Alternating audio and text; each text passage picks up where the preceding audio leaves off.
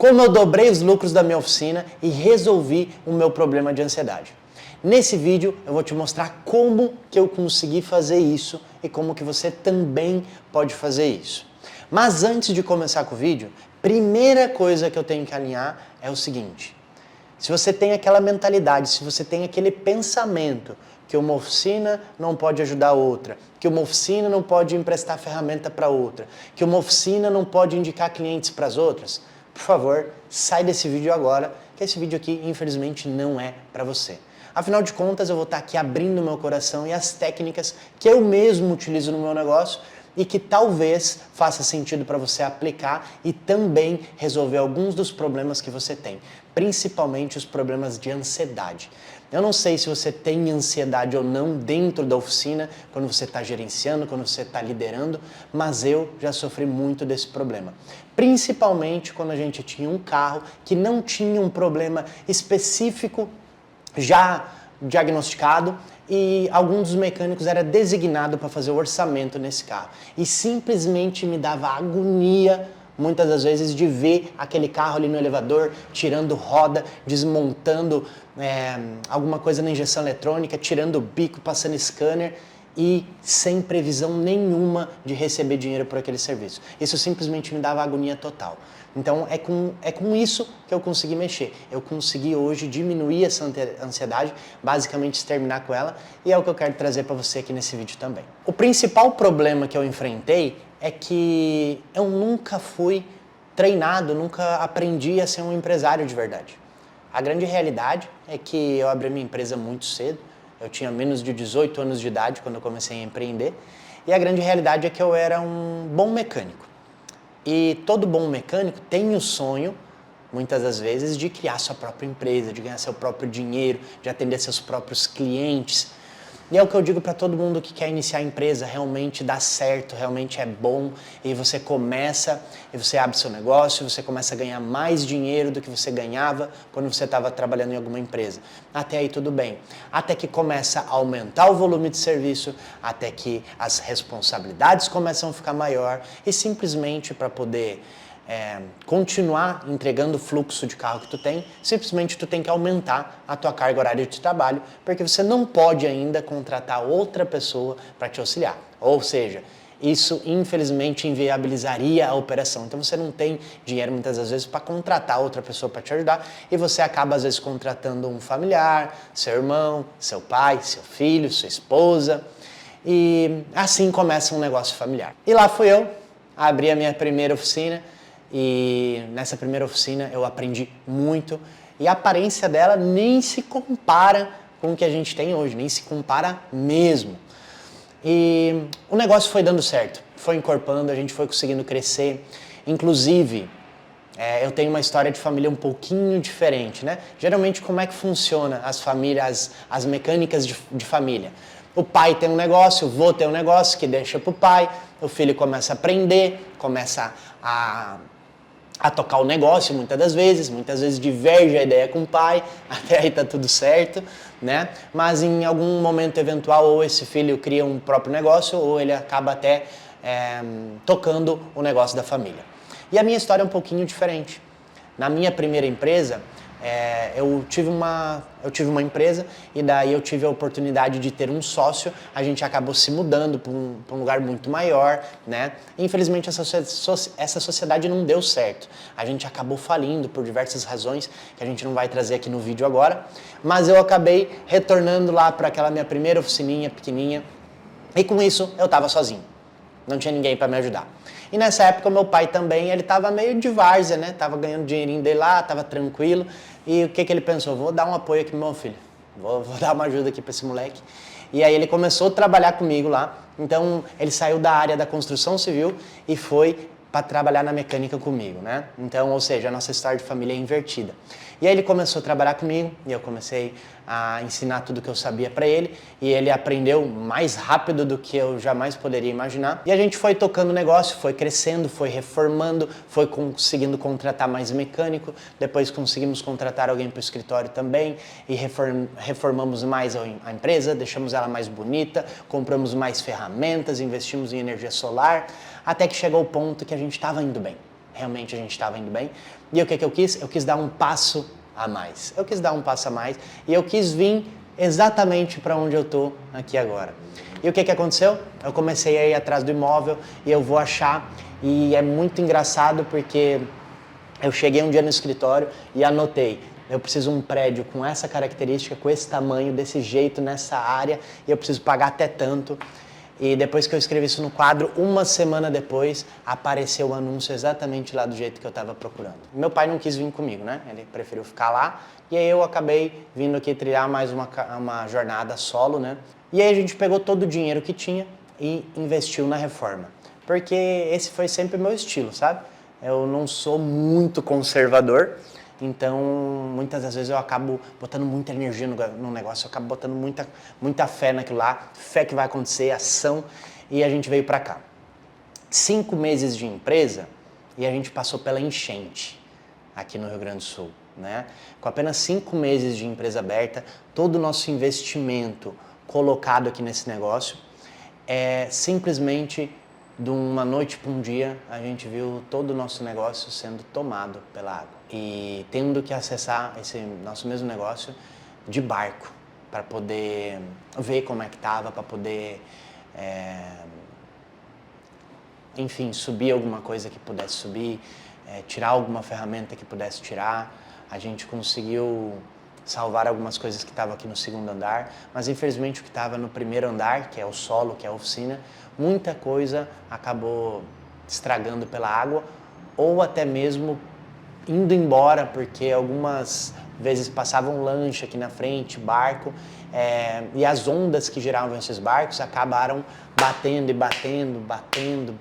no portão, até que estourou todas as travas e abriu o portão. E com isso, o estoque foi boiando embora, alguns equipamentos foram boiando embora, scanner dentro da água. Enfim, foi uma das cenas mais difíceis de ver, mais difíceis de raciocinar. E até a minha mulher, quando viu tudo isso, ela falou: fecha a oficina, segue dando treinamento. Mas eu falei: não, eu acho que não é o fim ainda, né? Eu acho que não é o fim.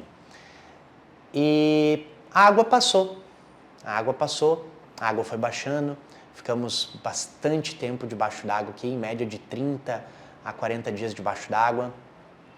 E a água baixou, a gente fez uma força-tarefa, a gente conseguiu limpar tudo, limpamos as ferramentas que sobraram e tudo mais, e a gente começou a trabalhar. A gente começou a acelerar, trabalhar. E com isso, a gente não tinha uma reserva de emergência, o que é um erro. Então a gente não tinha uma reserva de emergência para sobreviver 3, 4 meses aí sem trabalhar e pagando conta e principalmente pagando a reforma. A gente fez piso de epóxi em todo o prédio, né? Concreto, piso polido, epóxi, toda a reforma de tudo, ferramentas novas. Então a gente começou a trabalhar, mas simplesmente o dinheiro que estava entrando não cobria as contas, não cobria a folha de pagamentos, simplesmente não cobria, não batia as contas. Até que eu comecei a ver que talvez o que eu achava que estava bom antes não estava tão bom assim. Por quê? Porque eu estava aplicando as mesmas coisas, eu estava trabalhando do mesmo jeito, eu estava trabalhando com a mesma técnica. Mas então por que agora não estava batendo? E aí começou o desespero. Começou a ficar pensando nisso dia e noite, começou a ficar pensando como é que eu vou pagar o pessoal, como é que eu sei que eles precisam de dinheiro para pagar o aluguel, para pagar a comida, para pagar a casa, para pagar as contas que eles têm. E aí tudo isso começa a bater na tua cabeça. E isso te tira o sono. E isso te preocupa. E eu vou compartilhar agora nesses vídeos os principais pilares que me fizeram sair dessa situação, tá? Hoje eu sou uma pessoa tranquila, hoje eu sou uma pessoa que não vive ansiosa. E isso só foi possível porque eu consegui mudar a estratégia. Eu consegui dobrar os lucros de basicamente todos os serviços que estão aqui dentro da empresa, inclusive agora estão trabalhando lá embaixo. E eu vou compartilhar de uma forma resumida quais foram os 3 principais pontos que eu tive que virar a chave e doeu demais para virar essa chave. E esses 3 pontos, o principal está aqui nesse livro. Segredos.com, tá? É um livro que basicamente eu comprei para trabalhar a nossa parte de vendas online. Mas aqui dentro isso daqui é uma bíblia, literalmente, para quem quer aprender a vender. Então, muito dos segredos que eu vou compartilhar nesse vídeo, eu tirei daqui. Além disso, além desse livro, eu já li diversos livros e muitos deles me ajudaram. Por exemplo, quem quiser aprender muito sobre o ser humano, Dan Ariely, Previsivelmente Racional, Napoleão Hill, Pense e Enriqueça. Aqui, muito importante também para quem vai trabalhar no marketing da empresa, Os 10 Pecados Mortais do Marketing. Isso daqui é muito importante para lidar com o cliente, A Arte da Guerra, tá? Então aqui, todos esses livros aqui, e principalmente esse aqui, Tony Robbins, Poder Sem Limites, foram os livros que me ajudaram muito nessa jornada. E agora eu quero compartilhar com vocês esses principais pontos que me fizeram poder estar aqui em cima hoje, enquanto lá embaixo a operação está sendo feita. E eu olho aqui para cada carro que está sendo trabalhado e sei que cada um deles, previsivelmente, tem receita. Por mais que esteja apenas na fase de orçamento, todos os carros que estão ali embaixo já estão sendo remunerados. Ou seja, mesmo que eles estejam em orçamento, eu sei que a ordem de serviço já tem um valor de mão de obra estipulado, mesmo antes da gente saber qual é o problema do carro. E é isso, esse é o principal ponto que aumentou os lucros da empresa e me trouxe mais tranquilidade. Então, como eu dobrei, galera, os lucros da minha oficina e ainda de quebra resolvi minha ansiedade. Porque como eu falei para vocês no início do vídeo, eu não sei se você é assim ou não. Eu não sei se tu já sofreu ansiedade dentro da oficina ou não. Mas eu simplesmente sofria ansiedade todos os dias. Porque, vamos lá, o que acontecia muito aqui na empresa? Primeiro, cliente chegava na oficina, trazia o seu carro, para quê? Para fazer um orçamento, né? Orçamento. E aí tá. Eu testei diversas maneiras, eu testei diversos métodos, principalmente como a nossa área pioneira, né? A gente é pioneiro no diagnóstico eletrônico. Então, eu testei diversas maneiras de como trabalhar isso aqui. Qual é o principal problema? O principal problema era que o cliente trazia o seu carro para fazer um orçamento. E vou te dar um exemplo, um orçamento de freio ou de suspensão. E aí o que acontecia? A gente ia lá, por exemplo, um freio traseiro. Tinha que desmontar o freio traseiro. E, claro, em algumas situações a gente conseguia aprovar esse serviço. Porém, em outras situações, a gente simplesmente não aprovava, né? E aí era onde morava o problema. Por quê? Porque quando não aprovava, não tinha lucro. Não tinha lucro. E quando aprovava, beleza. Mas até aprovar, simplesmente é que isso sou eu. Isso sou eu. Quando eu olhava para o mecânico trabalhando no carro, lá sem ter uma remuneração, desmontando para só depois saber se eu ia receber alguma coisa ou não, me dava ansiedade. E aí o que acontecia? Eu tirava um mecânico desse carro aqui e botava no outro que já estava aprovado. Por quê? Porque lá eu sabia que ia dar dinheiro. E aí assim eu ia, tirando de lá, botando aqui, tirando lá. Tirando... O que isso causa? Causa embolamento. O mecânico não trabalha feliz porque está sempre picando de carro em carro. E o cliente também, né? Acaba tendo um atraso tanto no orçamento, no diagnóstico, quanto também na entrega do veículo, né? Então, esse aqui é o ponto número 1. E eu posso dizer que isso aqui é o que dobrou os lucros da empresa, tá? Se não dobrou, foi perto disso. Porque a gente ainda tem 2 pontos, lembra, né? Então, esse é o primeiro ponto. Eu precisava resolver isso. Eu precisava que todos os carros que estivessem no elevador estivessem remunerados. Como exatamente está acontecendo ali embaixo. Tá? A gente tem 1, 2, 3, 4, 5, 6 carros em produção. Todos remunerados, inclusive 3 ainda estão na fase de orçamento, diagnóstico. Beleza. Como que funciona hoje aqui na empresa? E como que eu te sugiro que tu implemente na tua empresa? Estipular mão de obra de orçamento. Aliás, orçamento não, né? De diagnóstico. Por quê? Porque orçamento é assim, cara, quanto é que custa para trocar a sonda lambda? Isso é um orçamento. Agora, cara, quanto é que custa para apagar minha luz de injeção? Isso é diagnóstico. E a partir do diagnóstico a gente monta um orçamento.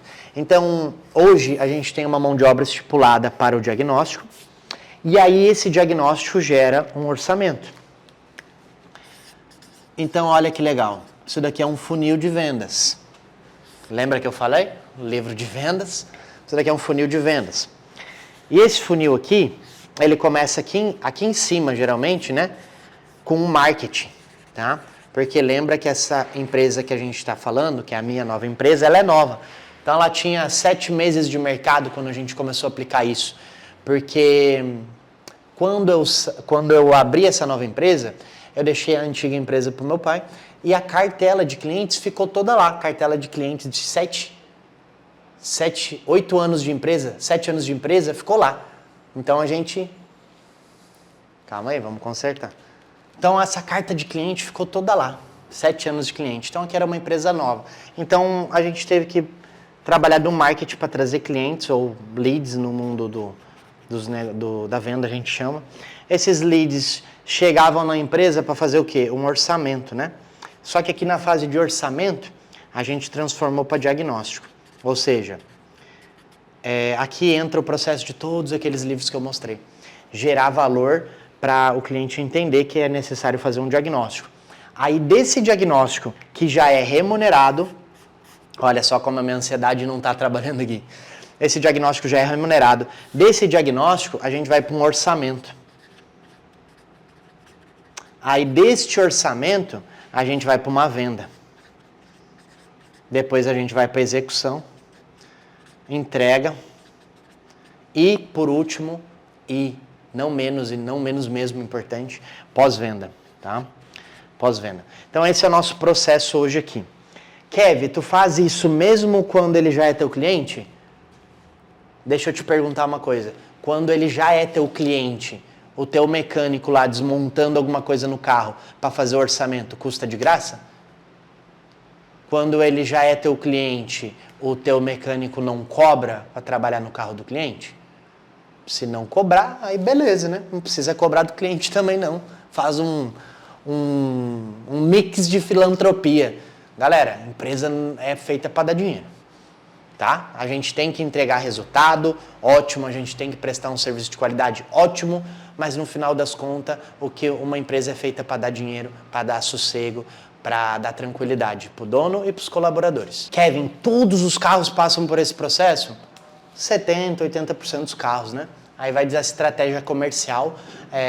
Se a gente tem um freguês, que não é mais um cliente, qual é a diferença de cliente e freguês?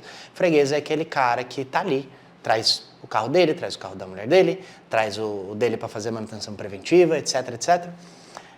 Aí, em alguns casos, né, vai fazer ali, por exemplo, escutar um barulhinho de suspensão, alguma coisa que é rápida, vai botar no elevador, 10, 15 minutos está pronto, aí não precisa necessariamente cobrar um diagnóstico, né? Porque daí tu já pula a etapa aqui, tá? Vai direto pro orçamento e venda, né?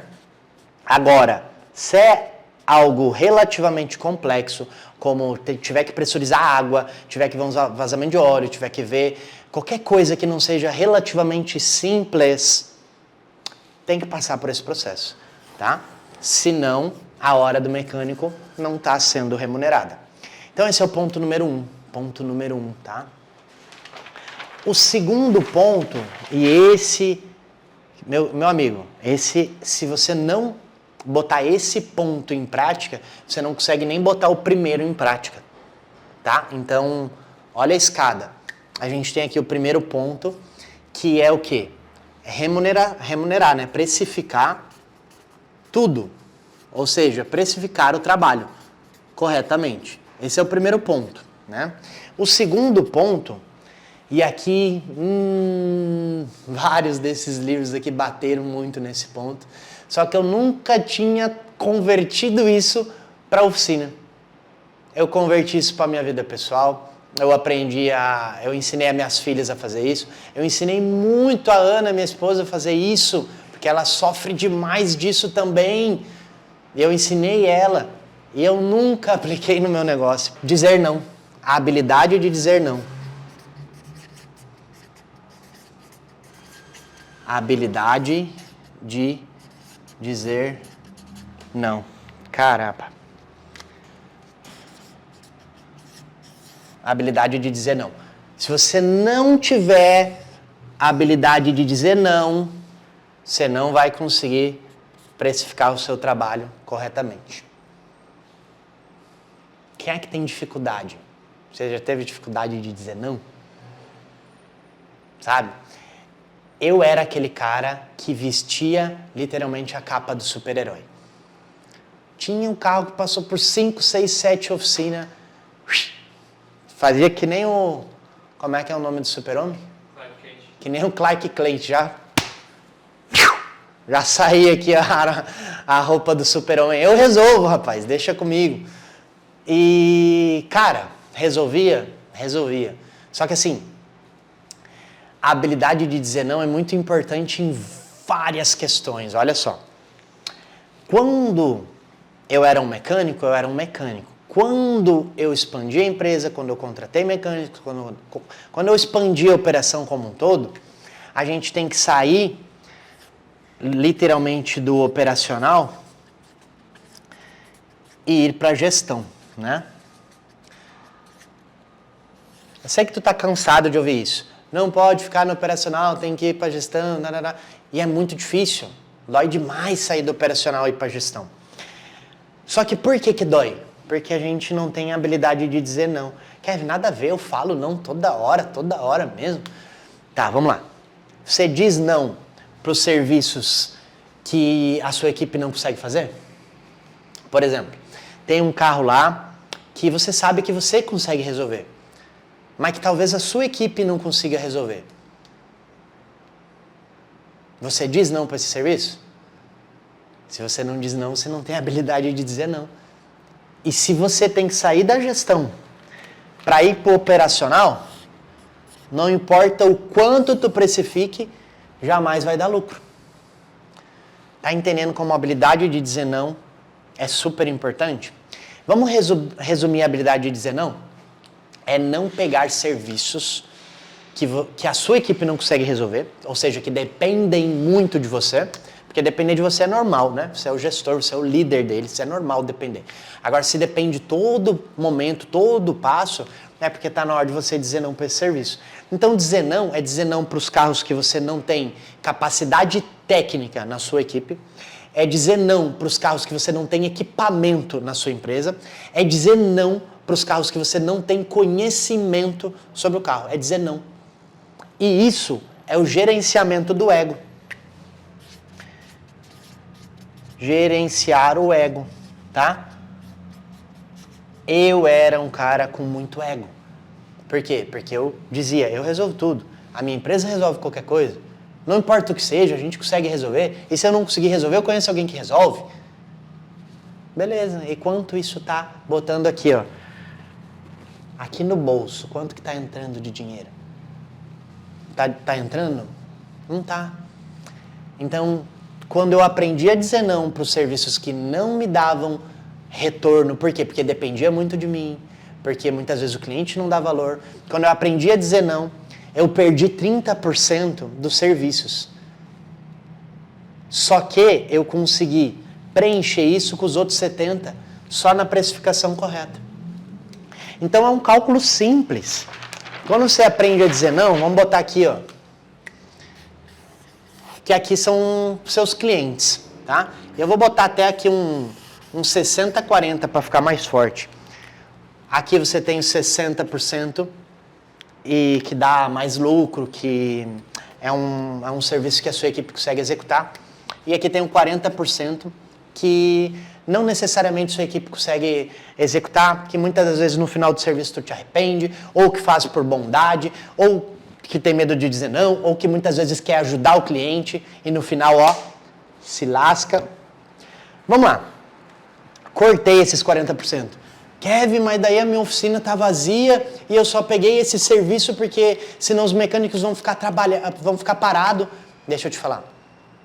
Quando tu aceita esse tipo de cliente, é esse posicionamento que tu joga pro mercado. E é esse o posicionamento que o mercado te devolve. Se você aceita esse tipo de cliente, é esse tipo de cliente que vai te procurar. É esse tipo de cliente que vai te indicar. Então, quando você corta esses 40%, você preenche como os outros 40%? Simples. Precificando corretamente os outros 60%, que vão naturalmente dar mais, ou às vezes, muitas vezes mais lucro do que aquele 100% estético. Porque estético é ego, tá? Então aqui os 60% eles dão muito mais lucro do que os 100% se você souber precificar corretamente. E o terceiro ponto, na verdade sim, são muitos pontos, tá? Mas eu senti que eu tenho que compartilhar esses 3 contigo. Eu senti. Terceiro ponto, vamos primeiro botar aqui, precificação, né? Precificação. 2, dizer não. Dizer não. Terceiro ponto, entender que valor é diferente de preço.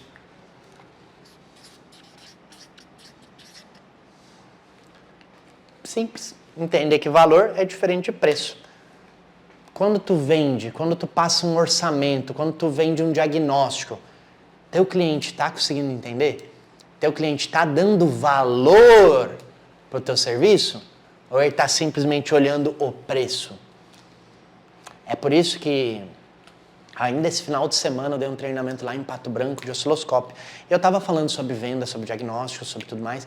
E um dos alunos me falou, Kevin, eu olhei teus stories no Instagram lá sobre o treinamento aquele, ordem de serviço lucrativa. E, cara, vou te dizer, quando eu escutei tu falando, eu não acreditei, não sei o quê. Mas assim, olhando tu aqui agora, falando desse jeito, me mostrando, cara, eu tô fazendo tudo errado na minha oficina. Eu passei uma semana com uma caminhonete lá para ver que o problema era no módulo. Tirei o módulo, mandei consertar o módulo, botei de volta. E eu perguntei, quanto é que tu cobrou? Dele, 450, deu. Meu Deus do céu. Tá totalmente mal precificado. E ele falou, e no final o cliente disse que estava caro. O que mais dói é que o cliente falou que estava caro. E aí eu te pergunto, quantas vezes tu já trabalhou pra caralho num carro e o cliente no final falou que estava caro? Não te deu valor pelo trabalho que tu fez. Foi por isso que eu mudei, que eu comecei a gerar valor antes de passar o preço. Então o terceiro ponto que eu tenho que te dizer, compra livro, pega aqui, você vê alguns livros aqui no início desse vídeo, compra livro, aprende a vender, aprende a gerar valor, porque depois que você gera valor, o preço é o quê? O preço é relativo em relação ao valor, tá? Por exemplo, se eu falar pra você, quanto você me dá nessa garrafa aqui? Me dá 200? Não, Kevin, você é louco e tal, não sei o quê. Tá, mas aqui dentro tem 1 quilo de pó de catalisador. Ah, não, vou comprar, tá barato. Entendeu? Então, preço é relativo ao valor, tá? Se o teu cliente está achando caro, é porque você não está gerando valor. Como é que eu gero valor? No atendimento no WhatsApp, no processo de venda, no processo de atendimento, no processo de checklist, no processo de execução, no pós-venda, no cliente dentro da empresa. Aí eu te pergunto, quais são as coisas que você está fazendo para gerar valor? E se você está fazendo e não está dando certo, por que não está mudando? Então assim, 3 pontos que eu trouxe aqui. Precificação em tudo. Dizer não. Entender que valor é diferente de preço. São muitos outros pontos, tá? Na verdade, os principais são 7. Eu trouxe os 3 que foi o que mais me reconstruíram. Doeu muito aprender a dizer não. Doeu muito eu entender que eu tinha um ego muito grande e saber lidar com esse ego para poder ajustar a operação da minha empresa. E isso, graças a Deus, possibilitou com que a gente começasse a sair do vermelho e começasse a operar mais tranquilamente, tá? Depois da enchente. E eu trouxe esses 3 pontos para você.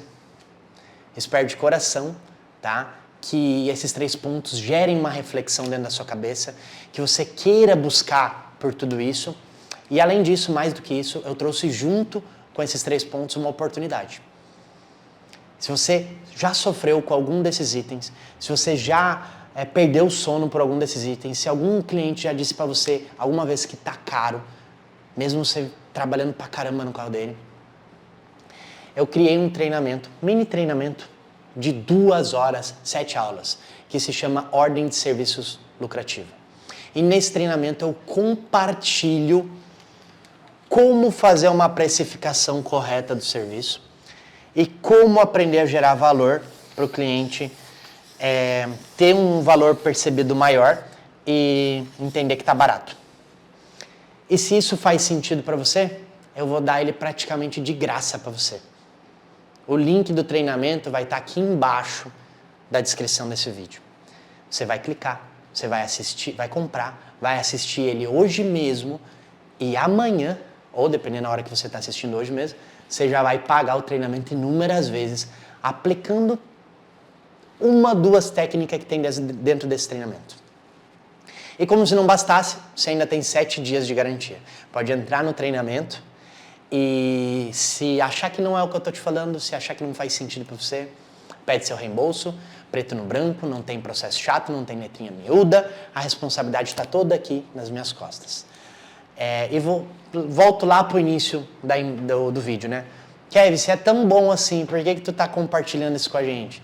Porra, velho, muda a mentalidade. Não sabe o quanto que eu sofri para fazer isso funcionar desse jeito que tá funcionando. E o que eu mais quero é que todas as empresas, todas as oficinas do mundo, principalmente as que estão passando por dificuldade, que estão tendo que fracionar as compras de casa, que estão tendo que desligar o telefone para não receber ligação de cobrança, para todas as empresas que estão no vermelho consigam se reerguer de lá de baixo, dar a volta por cima e mudar suas vidas. O link está aqui embaixo. Comprando ou não comprando, deixa um comentário aqui embaixo. Se você já passou por alguma dessas situações, compartilha a tua história aqui nos comentários. Grande abraço, fiquem com Deus.